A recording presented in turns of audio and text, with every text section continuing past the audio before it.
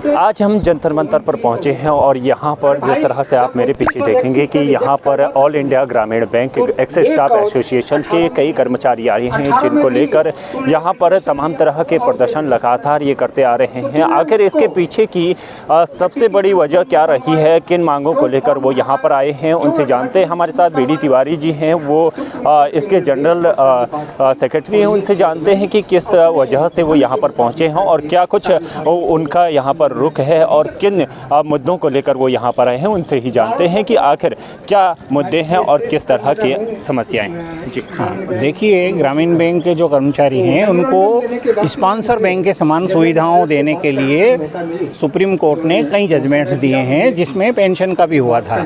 तो ये 2018 में एक जजमेंट आया था कि इनको स्पॉन्सर बैंक के समान पेंशन दी जाए, स्पॉन्सर बैंक के कर्मचारियों के समान। तो 2018 में भारत सरकार ने, जब मिस्टर राजीव कुमार जी यहाँ पर सेक्रेटरी थे, उन्होंने जो उनका इम्प्लीमेंटेशन है वो ठीक से नहीं किया। उसकी जो प्रभावी तिथि थी, इफेक्टिव डेट को, उन्होंने जो इंडस्ट्री लेवल पे जो समझौते होते हैं उन समझौतों से अलग एक नई तिथि दे दी, 1/4/18 से लागू कर दिया उसे, जो कि गलत था। क्योंकि इंडस्ट्री में समझौता हुआ था वो 1/11 कराने से होता, 1/11/93 से। तो हमारे साथियों ने उसके लिए सुप्रीम कोर्ट में एक कंटेम्प्ट याचिका राजीव कुमार जी के अगेंस्ट में दायर की थी, जिस पर अभी फैसला हुआ 12/8 में। अभी केस चल भी रहा है। 12/8 में फैसला हुआ है कि सभी ग्रामीण बैंक के कर्मचारियों को उनकी करंट पेंशन दी जाए।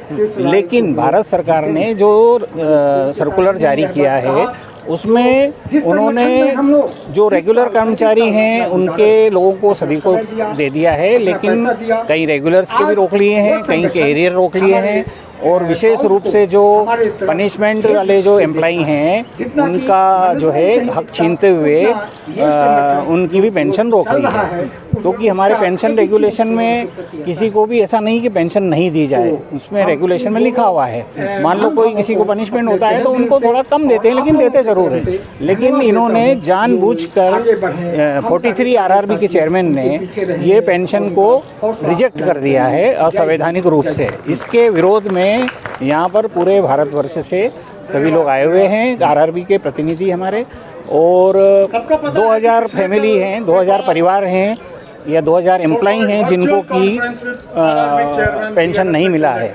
तो आप देख सकते हैं कि सभी को लगभग 30 से 35 लाख एरियर मिलना चाहिए, लेकिन वो 35 लाख रुपए प्रति सदस्य के हिसाब से हम जोड़ें और 2000 व्यक्तियों को नहीं दिया है। तो यह पैसा पूरा गवर्नमेंट ने बचाने की कोशिश की है पेंशन फंड के नाम पर।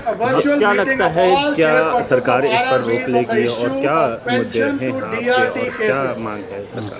देखा, सरकार ने जो सर्कुलर निकाले हैं वह अस्पष्ट है।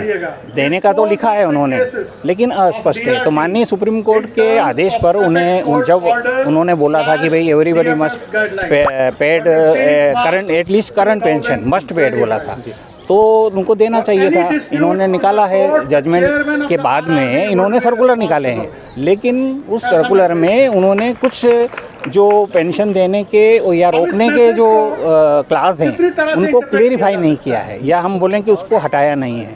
जबकि वो क्लास सुपरसीड होके और सभी क्लास को पेंशन मिलने का दिया है उसमें।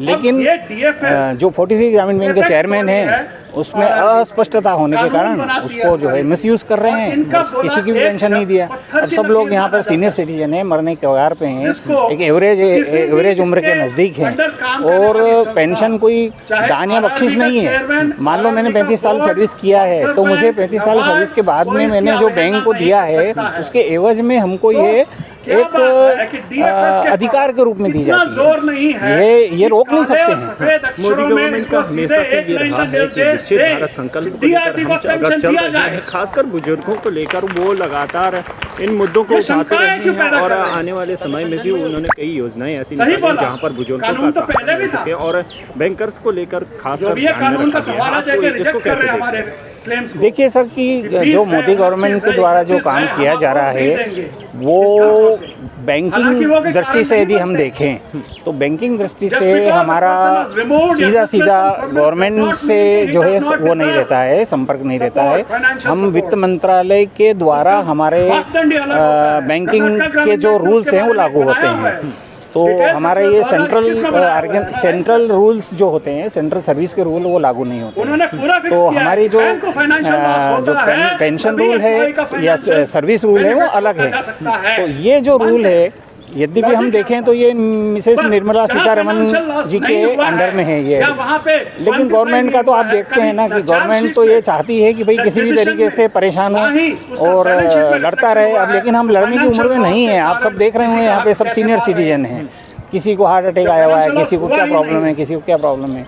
तो इनको ये देखना चाहिए, गवर्नमेंट को देखना चाहिए कि ये जो पेंशन वाला जो मुद्दा है इसके लिए यहाँ धरना नहीं होना चाहिए, उनको संज्ञान लेना चाहिए और तत्काल सबको पेंशन का भुगतान करना चाहिए। जिस श्रेणी के कर्मचारी हैं, जिस स्तर का उनको पेंशन होना चाहिए वो उस स्तर का पेंशन दें। अगर आपकी मांगे नहीं मानी जाती हैं तो आगे का क्या स्टेप रहेगा, क्या करेंगे? देखिए सर, हम इस आंदोलन को और उग्र करेंगे। हम वैसे तो सब लोग मर ही रहे हैं, हो सकता है उसके बाद और भी कोई बड़ी हम स्टेप उठाएं।